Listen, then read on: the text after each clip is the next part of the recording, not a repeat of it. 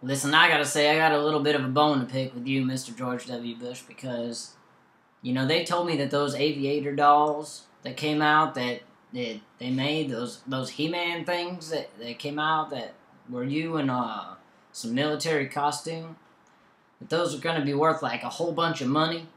So then I bought like 86 of them, and they were very expensive.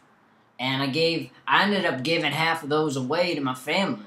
And even my Uncle John said, he was like, I don't really want this. And I was like, you gotta take it. And he said, I just don't want it.